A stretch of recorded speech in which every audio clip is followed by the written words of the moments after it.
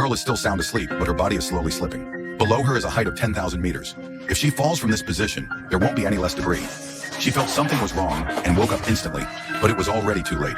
She could only let her body roll and fall towards the endless side. And then, an accident happened. She slowly opened her eyes, but unexpectedly, the girl's pupils dilated instantly. She stood up suddenly, grabbed the rope tightly, and her heart was beating nonstop. Only then did I realize that I was at an altitude of 10,000 meters and didn't fall, relying entirely on the hemp rope in front of me. He tried to ask the man for help, but he curled up in the basket and said nothing. What's even more deadly is that the ice on the rope is slowly melting, and the girl is falling down bit by bit because she is too slippery. If she falls from this height, there won't be any residue left. He swung his legs desperately, wanting to go back. With continuous efforts, he finally approached the girl in the hanging basket and kicked her with all his strength. Afterwards, her body was bounced far away and finally reached the rope with inertia. The girl stared at the man in the corner and used all her strength to climb into the hanging basket. Before she could recover, he crawled towards her, calling out to the man over and over again. But it was already too late. The girl couldn't believe it and slowly approached. But he had lost his heartbeat. Just as he was about to despair, the man miraculously woke up. Looking at the girl's scarred hands and the hot air balloon that had returned to normal, he knew that he had climbed to the top of the balloon to close the valve.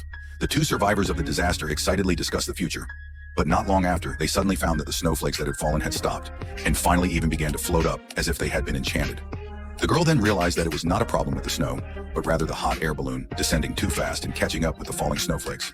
At this rate, they will definitely be smashed into minced meat. He yelled and asked the man to throw things out. Sandbags, rescue ropes. Human lives were at stake.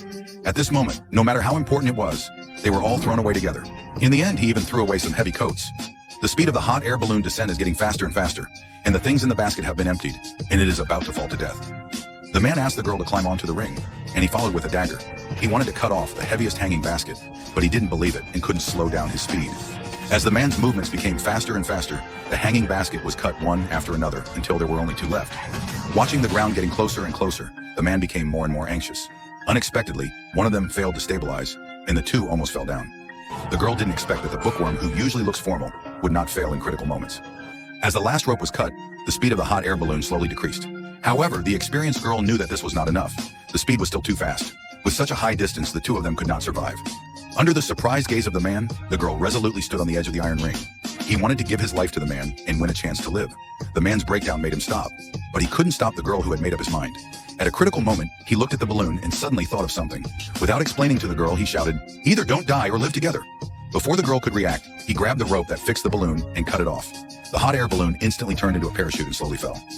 The two people who had walked around the gate of hell couldn't hide their excitement. Before they could celebrate, new troubles came. But this time they were no longer afraid of them.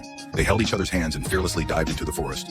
After an unknown amount of time, the two finally woke up and limped towards each other, then supported each other and walked towards home.